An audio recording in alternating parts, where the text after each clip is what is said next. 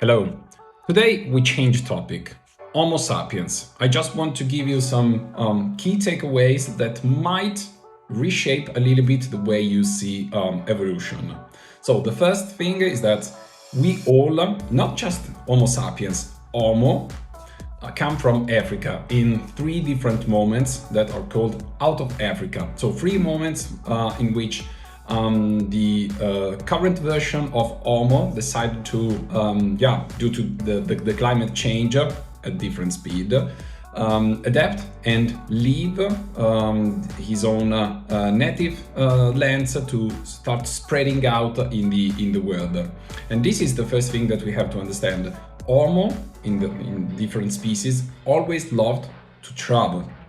And that's why when 2 million years ago Homo Ergaster left Africa, in just few thousand years, then you could find him in Spain, South Africa, China, Java Island, so all around, in just a few thousand years.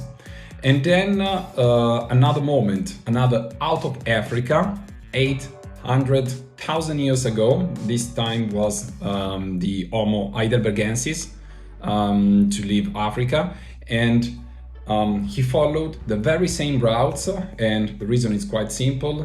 It's just about following rivers and the coastlines. And then the third and last really important out of Africa, our Homo, this time involving Homo sapiens, 120,000 years ago. So the first one 2 million years ago, and then with Homo Ergaster, and then 800,000 years ago Homo Heidelbergensis, and last but not least Homo sapiens 120,000 years ago. And the very interesting thing is that not only we all in our species and versions come from Africa, but from a very specific place in Africa, in which today Eritrea and Ethiopia are located.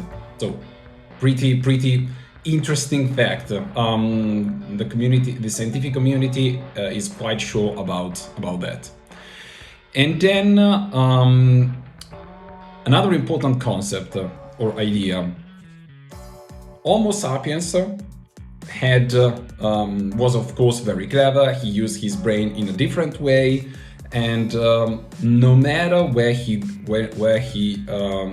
reached out for other species, and at that time seven other Homo species were available, like Neanderthal in Europe or Denisovan in Asia. He forced those other ways of being humans to extinction. And it's pretty particular when you think of the traces left by Neanderthal. So Neanderthal was one of the descendants of the second out of Africa, the second migration. And then the third, Homo sapiens, forced him to extinction. And you can find the last traces of Neanderthals in the south of Spain. So it was like, retreating when there was no land left behind. So there was just the sea. Pretty sad story. And in particular, Neanderthal, we think that he was quite clever. So it was really another way of being human. He had imagination. He started covering his body with colors, figures, and so on. So here I would like to give you just a couple of takeaways, very important ones in my opinion. Evolution is not a chain. So this picture tend to be quite wrong, because it gives you the idea that there's a chain, and of course we are the best of the best. Everything was just there for us to take on. In reality, we should refer ourselves or the evolution as a tree of life. So it's a tree and not a chain. Second, Homo sapiens has almost never existed on Earth, because 100,000 years ago, in the evolution perspective, are nothing. zero, null. And these ideas might resonate even more if you think that if you account for an average age of more or less 25 years, the entire timeline of the Homo sapiens is 8,000 grandpas. So you can go one step back, your grandma, your grandpa, your grandpa, your grandpa, 8,000, nothing. And so I would like in conclusion to just read a very clever sentence from Mark Twain.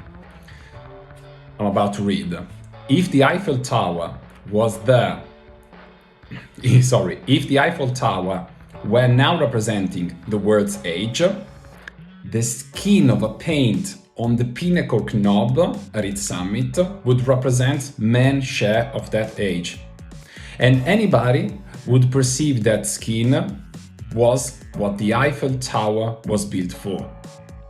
So in other words, it was like we have never really existed on Earth, and we should really start thinking in a different way, because everything that we see out of the window, it's not just for us. We are here, we are clever, absolutely, but it's not meant for us. We are here just, from yesterday. Thanks for watching. I hope that you enjoyed this video, which is a little bit different than the usual geopolitics. And yeah, take care. Bye.